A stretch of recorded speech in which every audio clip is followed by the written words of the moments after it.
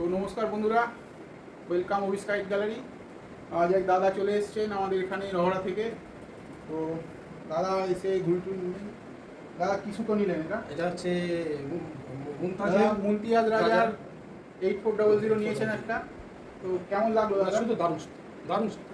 আমি অনেকগুলো সুতো দেখেছি, কিন্তু আপনার এই সুতোটা সত্যি বাকি এমনি ঘুড়ি সুতো কেমন খুবই দেখলেন? ভালো, খুবই ভালো।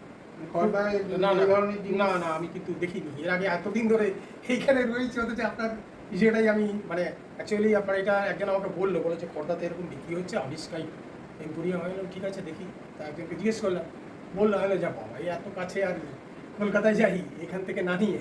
তো আপনি আমার দর্শকদের কি বলতে? হ্যাঁ নিশ্চয়ই, অবশ্যই। সবচেয়ে বড় কথা হচ্ছে প্লাস্টিকের সুতো বর্জন করবে। দুনিয়ার প্লাস্টিকের সুতো বিক্রি হয়, এবার জানি না কী হবে। প্লাস্টিকের সুতো বর্জন করে কটন সুতো, দামও খুব রিজনেবল, এইটুকু আপনাদের বলছি। খুবই কম দামে আপনারা এই সুতো ওড়ান। ফেস্টিভ্যালের জন্য তো আদর্শ, নাহলে বলবো 1 2 3 ওড়ান বেস্ট।